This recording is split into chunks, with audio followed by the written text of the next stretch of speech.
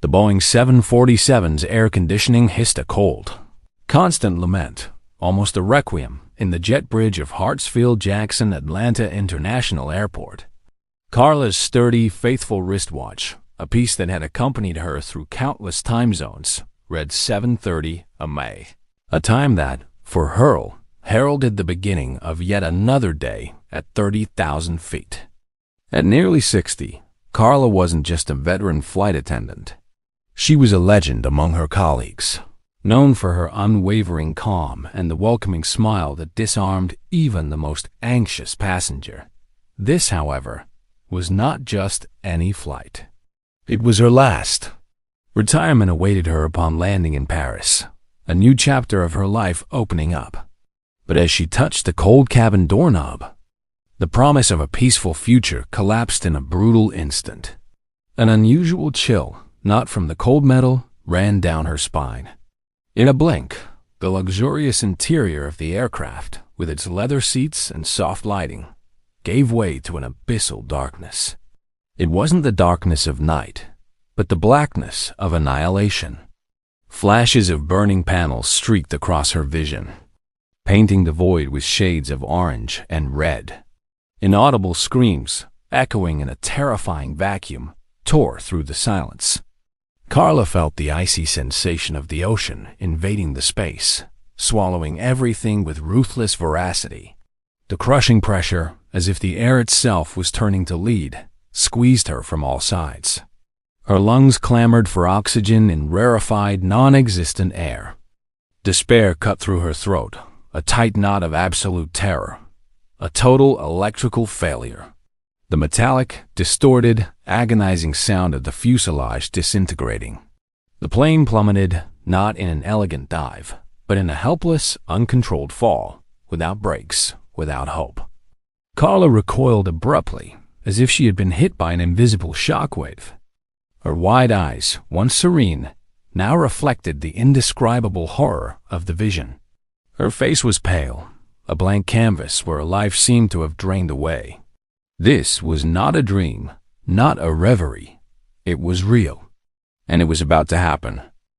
Carla could barely breathe, and it wasn't from the fatigue of years of service. The vision of the plane in flames, plummeting into the icy vastness of the ocean, passengers and crew condemned to that horrendous fate, seemed more real and tangible than the solid ground beneath her feet. Her heart pounded against her ribs, a deafening alarm reverberating in her ears. The smell of kerosene, once the familiar scent of her daily life, and the whirring of the turbine, once comforting in its promise of departure, now evoked a visceral panic, a premonition of death. An uncontrollable urgency propelled her. She had to act, and fast. "Carla, are you all right?" asked Michael, the young and enthusiastic flight attendant in his early 30s. With his jovial face and an easy smile that rarely left him, Michael exuded optimism, something that, in that moment of silent terror for Carla, seemed a cruel irony. He approached, concern furrowing his brow as he noticed the unusual paleness of the veteran. Not very well, Michael," Carla managed to stammer, forcing a weak smile that barely reached her glazed eyes. "I think I had a sudden spell, a severe dizziness." She brought a hand to her forehead, simulating disorientation with surprising conviction. I can't board this flight." The lie slipped from her lips with terrifying ease, almost like a survival reflex. Her mind, however, was in a whirlwind, calculating the consequences of every word, every gesture. She knew that if she, a veteran, didn't board, claiming illness, part of the cabin crew, due to protocol and camaraderie, would also be prevented from boarding or delayed to assist with her care. It was the only way, the only chance, to save some of them from that fateful destiny she had just witnessed. Was it selfish, perhaps? But what could one do in the face of such a vividly real premonition? While Michael, with the efficiency that had always characterized him, was already contacting the support team and the captain, Carla looked back towards the jet bridge. She saw Sarah, the young and ambitious flight attendant, around 25, eyes always alert and a glimmer of determination, dreaming of becoming a cabin chief. And also Mark, the most experienced flight attendant after her. In his 40s, a calm and methodical man who always helped her with heavier bags and more stressful moments. They were a few steps from the aircraft, laughing at some inside joke, oblivious to the abyss that awaited them. "Michael, Sarah, Mark," she called out, her voice a little firmer than she expected, charged with an urgency they couldn't ignore. "Don't go in yet. I need help getting down, please." The three approached, confusion and surprise etched on their faces. Michael was already calling on the radio, his voice hurried as he explained the situation to his superiors. In a few minutes, a stretcher and paramedics were in place, sliding through the jet bridge with professional agility. Carla was wheeled away under the apprehensive gaze of her team. Sarah, with her characteristic quickness, grabbed Carla's bags. Mark, in his usual calm, helped organize their departure, ensuring everything was under control. None of them, by a twist of fate orchestrated by Carla, boarded Flight 507, bound for Paris. Outside the plane, on the Atlanta tarmac, Carla, now seated in a wheelchair, still feigning disorientation, watched the turbines roar, the engine warming up for takeoff. The smell of jet fuel was thicker in the humid, warm asphalt air, typical of a Georgia summer. A dark premonition, more overwhelming than the dizziness she claimed, dominated her. It was a desperate internal struggle between reason, which told her it was madness, and the disturbing certainty of the premonition. Hours later, already in her apartment in the quiet Virginia Highland neighborhood of Atlanta, with the window open to the monotonous chirping of crickets and the sweet aroma of night-blooming jasmine, the news came, dry and brutal, through the television. Flight 507 had disappeared from radar, without a trace. No emergency calls, no location. The confirmation of the horror she had foreseen. The plane had crashed in the middle of the Atlantic Ocean. Carla's vision had not been a delusion.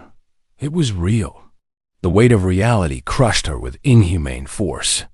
But the relief, a cold balm amidst the excruciating pain, of having saved Michael, Sarah, and Mark was the only thing that kept her sane. Or so she naively thought.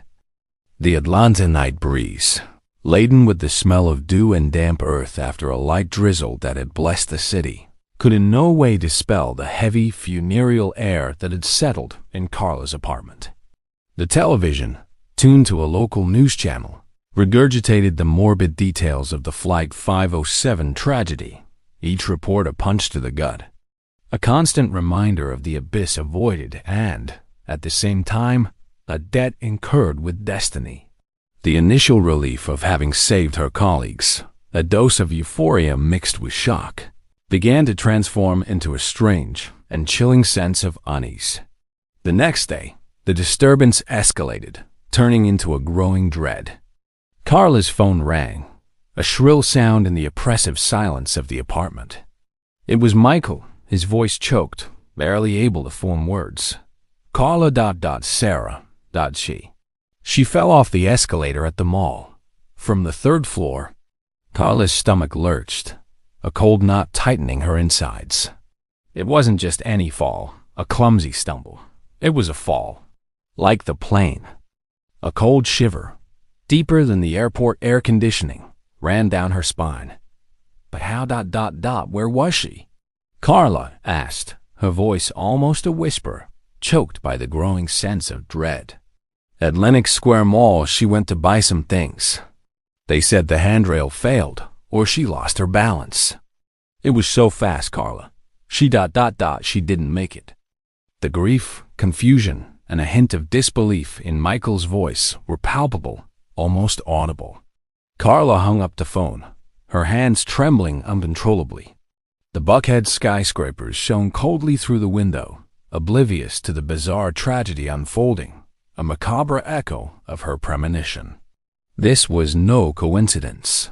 The fall, the premonition returned with terrifying force. Like a ghost, she had tried to banish. Destiny was collecting its price, stubborn and relentless. Days passed. dragging on in a fog of grief for the loss of Sarah, who was like a daughter to Carla. The pain, however, mingled with a growing, almost irrational fear. Carla began to avoid high places, balconies, elevators, escalators, anything that could replicate the fall. She lived in a state of constant alert, her senses sharpened to any unexpected noise, any shadow that moved strangely. The smell of ozone from an impending storm on the horizon, so common in the Georgia summer, made her increasingly tense, reminding her of the unstable electricity in the aircraft from her vision. One afternoon, as she tried to relax on her sofa, reading a book becoming impossible, a fierce summer storm, one of those that arrived suddenly and with fury, erupted outside. Thunder rumbled with a force that made the windows rattle, and lightning cut through the sky, illuminating the room in intermittent flashes. A sudden power outage plunged the apartment into complete darkness. The silence that followed the boom was broken only by the sound of torrential rain beating frantically against the window. Carla felt a visceral dread wash over her. The electrical failure. It was the second part of her premonition. She fumbled in the dark, her hands sweaty and trembling, until she found a flashlight. The faint flickering light illuminated the room, revealing shadows dancing macabrely on the walls, amplifying the feeling of entrapment. Every crackle from the electrical wiring, every sizzle coming from inside the walls, seemed amplified in her terrified mind. She felt trapped, vulnerable, like a cornered animal. The premonition seemed to breathe down her neck, the metallic smell of burning electricity, even if imaginary, filling her nostrils, suffocating her. The fear that the next trap could appear at any moment, and that this one was destined for her, was a constant torment, an endless torture. Sarah's death was a devastating blow to Carla, a deep wound in her soul. But the way it happened, a grim and almost exact echo of the premonition, plunged her into an abyss of paranoia. She isolated herself from the world, her Atlanta home becoming a refuge from reality, but a prison for her mind. The sounds of the city, the distant traffic on Peachtree Street, the sporadic sirens of police cars and ambulances seemed more intrusive, each one a reminder of life's fragility, the randomness, and, at the same time, the inevitability of death. Her days were a monotonous routine of avoidance, her mind constantly mapping risks, anticipating, with terrifying precision, the next trap that destiny, cunning and merciless, might set for her. 2 weeks later, Michael called again. His voice was even more laden with an unspeakable pain, a heavy grief that seemed to have aged his young voice. Carla ... "It's Mark," he managed to say between sobs, each word a visible effort. Carla's stomach churned, a cold dread running through her body. "What happened?" she asked, her voice hoarse with apprehension, a dark premonition tightening her chest. The air in the apartment seemed to have become dense, thick, difficult to breathe, almost as if the oxygen was being sucked away from her. He died, suffocated, in the pool. Michael paused for a long moment, breathing heavily, the sound of his labored breaths audible through the phone. A bizarre accident. The drain in his condo's pool ... It seems the suction got too strong. He got stuck. Suffocation. The lack of air. The drowning in the ocean she had witnessed in her vision. The premonition. Carla felt the ground disappear beneath her feet, as if the world was crumbling around her. The pattern was undeniable, terrifyingly precise. With each death, a fragment of the original vision manifested, not on the plane, but in the outside world, in bizarrely symbolic and cruelly ironic ways. They were dying exactly as she had seen them die in her premonition, destiny, impatient and inflexible, collecting its debt. It could not be deceived.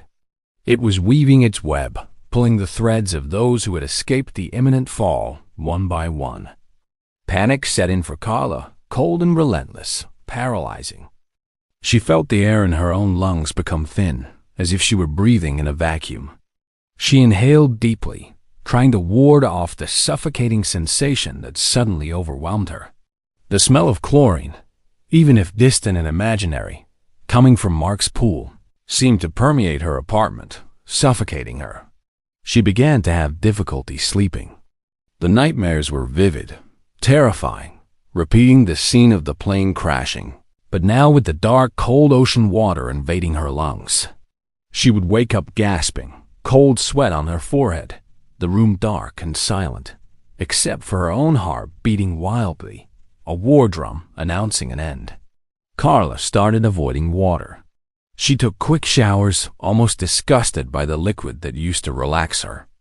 The shower, once a peaceful refuge, now seemed a constant threat.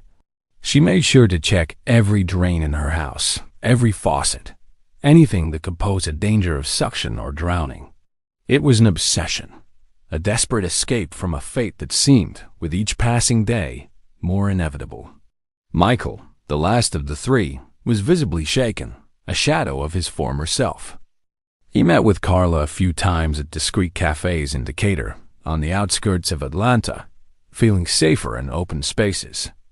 Michael's jovial and optimistic glow had disappeared, replaced by a deep melancholy and a constant look of apprehension, as if expecting the next blow. "Carla," he said one afternoon, his voice almost a whisper, as the aroma of freshly brewed coffee lingered in the air. A bittersweet contrast to the conversation. "Have you noticed how they died? It's too strange." He didn't know about Carla's premonition, but the coincidence of the deaths was frightening enough for him. Carla merely nodded, her eyes welling up, her throat tight with emotion and fear. She couldn't tell him, not yet. The burden of the premonition, the certainty of a cruel fate, was too heavy to share. With each passing day, the feeling that destiny was hunting her intensified. She felt the rarefied air of her own death approaching, the absence of air becoming a palpable and imminent reality. The escape from the apartment, though driven by instinct, seemed to have been only a postponement.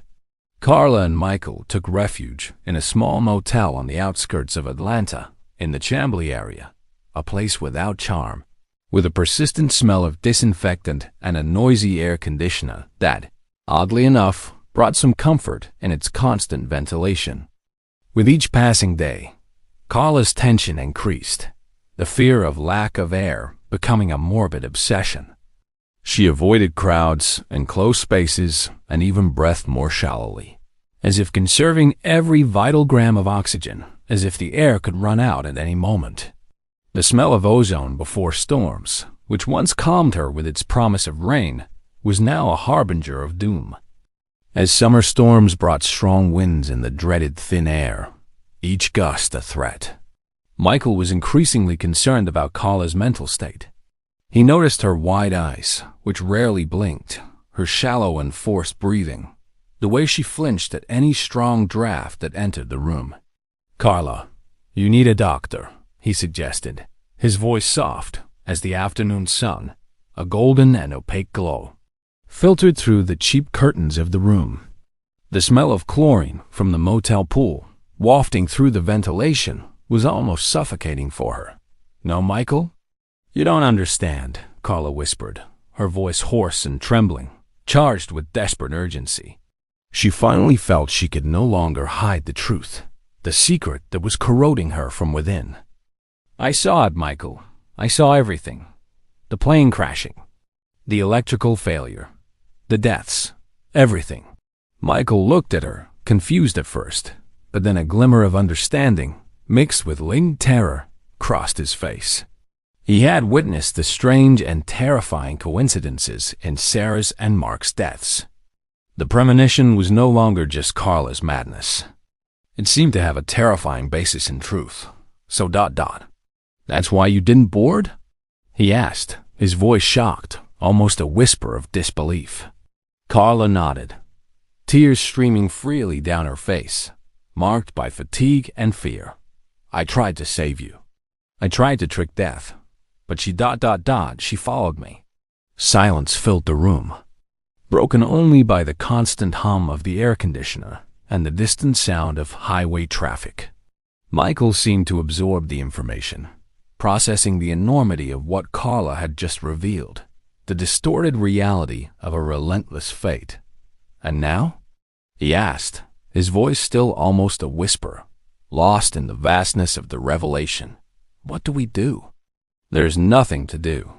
Destiny is hunting me, Michael. The lack of air... It's my turn." Carla's voice was choked with resignation and fear, a grim acceptance of what seemed inevitable. Days dragged on, and the feeling that the end was near hung over Carla like a dark, oppressive cloud. She felt increasingly difficult to breathe, even in open spaces. It was an internal sensation, a tightness in her chest, as if her lungs were refusing to function fully. She avoided parks, places with a lot of vegetation, fearing that the density of the air, the humidity, or even pollen could suffocate her, replicating the sensation of altitude. One night, while Michael read a book in the small motel room and Carla tried, unsuccessfully, to sleep, her mind in a constant whirlwind, a loud bang shook the building, making the entire structure vibrate. The room plunged into complete darkness. The electricity had failed again, but this time, the sound was different, closer, more violent. A tearing of wires and a strong smell of burning coming from inside the walls. "What was that?" Michael asked, his voice tense and alarmed in the oppressive darkness. Carla felt a chill in her stomach, a cold and certain premonition. The smell of burning invaded her nostrils, the metallic and pungent odor of overheated wires and melted insulation. "The wiring, Michael. I think there's a problem with the building's entire wiring," she mumbled, the premonition of electrical failure echoing in her mind, a cruel and inescapable reminder. The motel's main circuit breaker had blown, and the ventilation system, with its filters and ducts, completely stopped working. The air began to become stuffy, heavy, dense, each minute harder to breathe. Carla felt her throat tighten, a sense of imminent suffocation.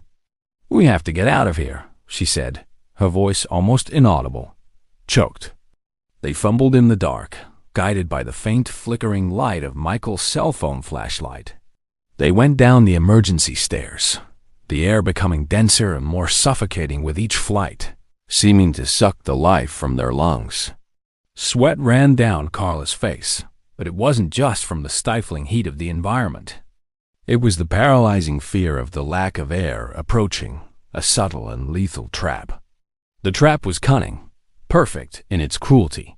She tried to escape the plane, but destiny was replicating the conditions, slowly, on solid ground, with each breath, with each moment. As they reached the ground floor, stumbling out of the building, they felt the fresh air of the Atlantamite, laden with the smell of dampness and freshly cut grass.